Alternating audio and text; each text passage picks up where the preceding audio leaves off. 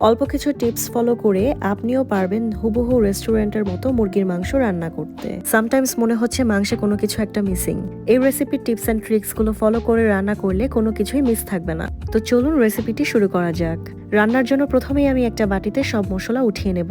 দিয়ে দিচ্ছি 1 টেবিল চামচ হলুদের গুঁড়া, 1 টেবিল চামচ মরিচের গুঁড়া, হাফ টেবিল চামচ জিরার গুঁড়া, হাফ টেবিল চামচ এলাচ দারচিনির গুঁড়ো, রেডিমেড মাংসের মশলা মিক্স হাফ টেবিল চামচ, মাংসের পরিমাণ অনুযায়ী লবণ দিয়ে দিচ্ছি হাফ টেবিল চামচ।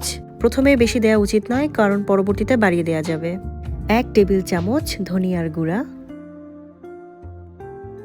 দিয়ে দিচ্ছি সামান্য পানি। এবার মশলাগুলোকে পানির সাথে একটু গুলিয়ে নিচ্ছি। এতে করে রান্নার সময় তাড়াহুড়া লেগে যায় না আর মশলা পুড়েও যায় না। এভাবে আমি মশলার একটা লিকুইড মিক্সচার বানিয়ে নিচ্ছি। তো রান্নার জন্য আমি আজকে এই মাংসগুলো নিয়েছি, আর তার মধ্যে দিয়ে দিচ্ছি 2 চা চামচের মতো সেই মশলার লিকুইড মিক্সচারটা, আর দিয়ে দিচ্ছি হাফ চা চামচের মতো লবণ। এবার মাংসগুলোকে খুব ভালোভাবে মেখে 10 মিনিটের জন্য রেখে দিচ্ছি। মাংসগুলো ভাজার জন্য একটা প্যানে আমি তেল গরম করে নিচ্ছি। তেল গরম হয়ে আসলে এক এক করে মাংসগুলো দিয়ে দিব। চুলার হিট মিডিয়াম থেকে হাইয়ের মাঝামাঝি রেখে মাংসের প্রতি সাইড 10 থেকে 15 মিনিট করে করে ভেজে নেব। মাংসটাকে ভালোভাবে ভেজে নিতে হবে, না হলে হাড্ডিটা অনেক সময় ভেতরে কাঁচা কাঁচা থেকে যায় আর খেতেও খুব একটা স্বাদ লাগে না। তবে খুব বেশি পুড়িয়ে ফেলা যাবে না, এতে করে মাংসটা খেতে শক্ত লাগবে। তো আমি লাল লাল করে ভেজে এখন উঠিয়ে নিচ্ছি। তো আমাদের মাংস ভাজা শেষ, এখন হচ্ছে রান্নার পালা। তো রান্নার জন্য আমাদের একদম বেসিক কিছু মশলা লাগবে। তো আমি নিয়েছি একটা তেজপাতা, 2টো দারচিনি, 2টো এলাচ আর 3টা লবঙ্গ। এর বেশি মশলা নেয়ার একদম প্রয়োজন নেই। আমি যেই তেলে মাংস ভেজেছিলাম সেই একই তেলে এই মশলাগুলো দিয়ে দিচ্ছি। মশলাগুলোকে 2 মিনিটের মতো ভেজে নেব। ভাজা হয়ে গেলে তার মধ্যে অ্যাড করে দিচ্ছি কিছু পেঁয়াজ কুচি। আমি এখানে খুবই অল্প পরিমাণে পেঁয়াজ ব্যবহার করেছি, আপনারা চাইলে এর পরিমাণ দ্বিগুণ বাড়িয়ে দিতে পারেন। কেননা মাংস রান্নার ক্ষেত্রে যত বেশি পেঁয়াজ তত বেশি মজা। পেঁয়াজটাকে 5 মিনিটের মতো ভেজে নেব। এখন আমি 1 টেবিল চামচের মতো আদা বাটা রসুন বাটা অ্যাড করে দিচ্ছি। তারপর দিচ্ছি 1 কাপ পরিমাণ পেঁয়াজ বাটা। এটা অবশ্যই দিতে হবে, এটা স্কিপ করা যাবে না, কেননা পেঁয়াজ বাটাটাই মাংসের স্বাদটাকে অনেক বাড়িয়ে তোলে।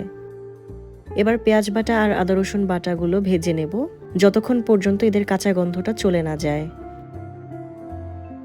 10 মিনিটের মতো ভাজা হলে তার মধ্যে দিয়ে দেব আগে থেকে উঠিয়ে রাখা মশলার মিক্সচারটা। সামান্য পানি অ্যাড করে দিচ্ছি। এবার পুনরায় এই মশলাগুলোকে 10 মিনিটের মতো কষিয়ে নেব।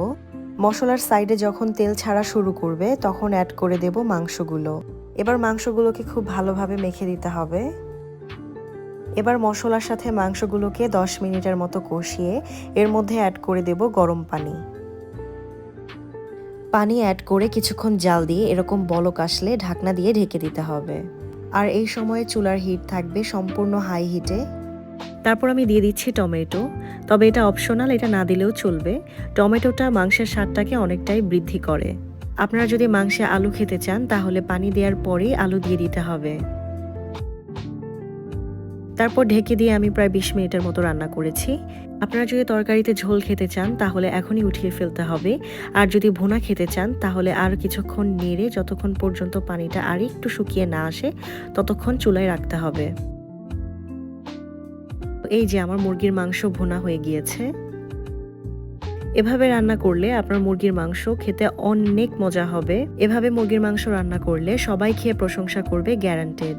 এখানে আমি তেমন কোনো কিছু স্পেশালি ব্যবহার করিনি, একদম সহজ উপায়ে ঘরে থাকা ইনগ্রেডিয়েন্টস দিয়ে এই মাংসটা রান্না করেছি। আমার এই রেসিপি ফলো করে রান্না করলে আপনাদের যদি ভালো লেগে থাকে তাহলে অবশ্যই কিন্তু কমেন্ট করে জানাতে ভুলবেন না। আর যদি ভিডিওটি ভালো লেগে থাকে তাহলে লাইক বাটনে প্রেস করুন, আর মজার মজার রেসিপি পেতে আমার চ্যানেলে সাবস্ক্রাইব করুন। ধন্যবাদ সবাইকে।